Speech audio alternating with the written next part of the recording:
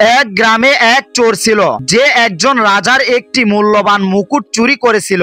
রাজা এই চোরকে ধরার জন্য রাজ্যের সবচেয়ে বুদ্ধিমান গোয়েন্দাকে নিযুক্ত করলেন। গোয়েন্দা চোরকে খুঁজতে খুঁজতে এক নদীর ধারে এসে দেখলো সেখানে আরো অনেক চোর বসে আছে, কিন্তু মুকুটটি কার কাছে সে বুঝে উঠতে পারছিল না। তখন সে দেখলো সব চোর একসাথে হাসাহাসি করে কথা বলছিল, কিন্তু একটি চোর সবার থেকে দূরে একা একা বসা ছিল।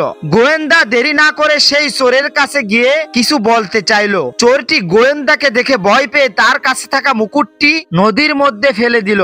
গোয়েন্দা দ্রুত নদীতে ঝাঁপ দিয়ে মুকুটটি তুলে আনলেন। মুকুটটি সুন্দর করে ফিরে পাওয়ায় রাজা গোয়েন্দাকে ডেকে বললেন, এতগুলো চোরের মধ্যে তুমি কিভাবে আসল চোরটাকে ধরলে? গোয়েন্দা বলল, মহারাজ, যে ব্যক্তি অন্যায় করে সে সর্বদা নিজেকে আলাদা করে রাখে।